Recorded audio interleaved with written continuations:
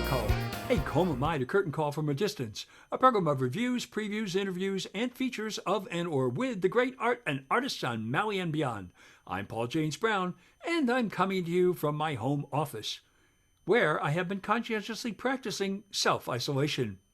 Small Town Big Art is one of the best public art programs in America.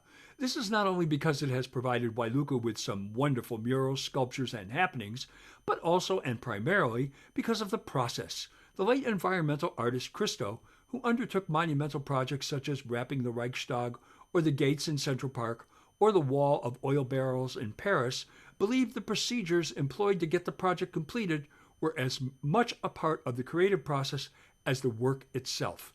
Small Town Big Art was developed in 2018 through one of only 60 Our Town grants awarded by the National Endowment for the Arts. It is a creative placemaking collaboration of County of Maui and Hale Hōʻikeʻike at the Bailey House Museum, Maui Historical Society, that aims to develop Wailuku as a public arts district focused on its distinctive sense of place, history, and culture. Artists may select their own theme, or they may select a proverb from Olelo Noiao, Hawaiian Proverbs and Poetical Sayings by Mary Kavena Pukui, as a theme. There are three amazing women who deserve the credit for this project, and they represent why it is such a success. Longtime County of Maui Redevelopment Program Planner Aaron Ward, Maui Historical Society Executive Director Sissy Lake Farm, and Public Arts Specialist Kelly McHugh White. The process they utilize to develop, select, and produce works of art ensures cultural integrity, community representation, a revitalized identity for Wailuku, and artistic excellence. This project belies the old adage, art created by committee yields mediocrity. Ms. McHugh White told me, besides excellence, artists need to have demonstrated experience in working in collaboration with the community in the creation of their work. She said that there are many artists whose work is museum quality, but when it comes to working within the process, they are not able to do it, and so they do not have the opportunity to participate. Recently, I did the walking tour. In fact, there's an app for that. Ms. McHugh White wanted me to emphasize the app is launched as a, quote, soft release, unquote, and the official, quote, hard launch, unquote, is pending. However, it enhances the experience considerably in its current form. You can download it to your phone at https://mauimuseum.org/app. I encourage you to do this tour. You will see things you cannot perceive from the car. In fact, there were several that were entirely new to me. You begin the tour at 1975 East Vineyard Street. On the side of this building, you will find Native Protector by Californian Joey Rose and 2013 Baldwin High School grad Alexandra Underwood. This work addresses the threat of ocean acidification. There is a plaque where you may read the artist's statement, or you can read about the work on the app. Mr. Rose and Ms. Underwood are part of the Pangea Seed Foundation, an international collective of artists and activists who presented a proposal, Mauka to Makai, with the mission to harness the power of art, science, and creativity to generate awareness and effect positive change to address some of today's most pressing issues affecting our marine and freshwater resources through large-scale, purpose-driven public art, unquote. Small Town Big Art brought together 19 international artists, including some of Maui's top people, to create the works on this walking tour. Our next stop was at the corner of Vineyard and Market. At 24 North Market, on the Vineyard Street side, you will find another Pangea Seed Foundation artist, Oahu's Ka'ili Kalukukui's work. This is entitled High Tides, Low Tides. The work is meant to represent the change in tidal movements throughout the year and the effect of the rising tide of plastic on the ocean.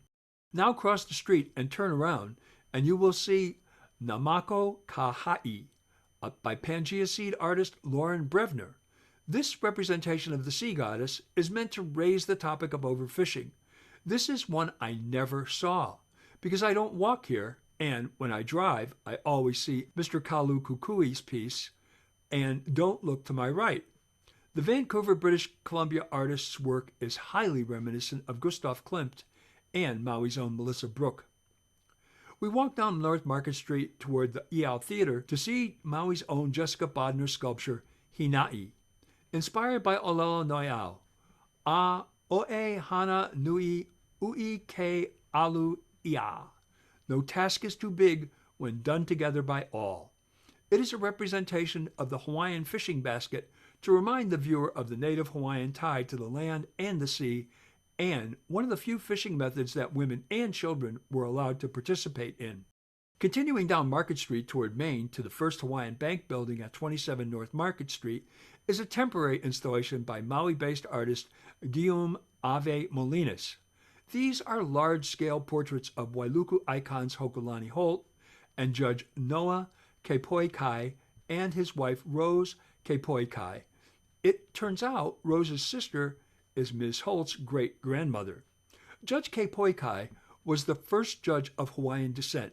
He was appointed by Queen Liliuokalani in 1892. He was removed from office by the usurping Hawaiian government when the monarchy was overthrown in 1894. But President Theodore Roosevelt accepted the recommendation of Governor Carter, and he was reinstated to the bench in 1904.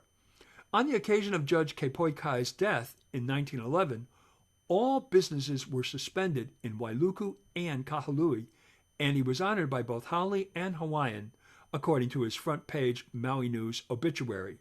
The original plan was to have the works displayed at Hale Hōʻikeʻike, Bailey House, but the pandemic made that inadvisable.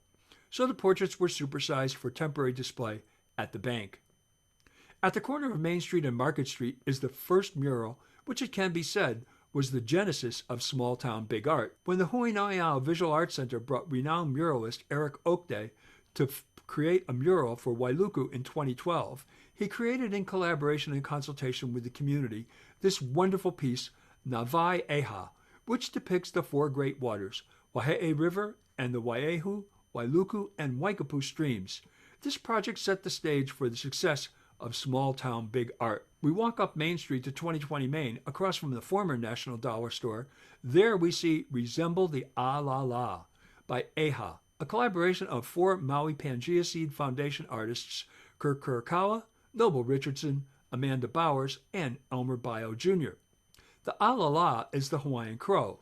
It speaks with a big voice, and that is what the artists hope this work will do, carry their message of caretaking for the land far beyond these shores. Continuing up Main Street, we come to another Eric Oakda work at 2050 Main Street, Makahi Okahanhe Ola Malaila. Where work is, there is life.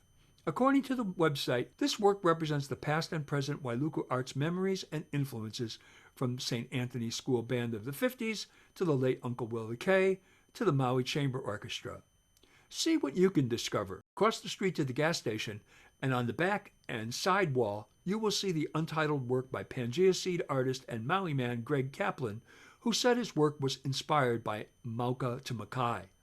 Opposite Mr. Kaplan's work is Kaulana Navai Eha Kori Ka Mahano Kala Kaum's tribute to the four streams of West Maui and the importance of the Ahupua'a system. On the other side of the building is Dulk's, a.k.a. Antonio Segura's, legacy. It is the only whale in the tour and honors our annual visitors and their offspring. None of these three works had I ever seen.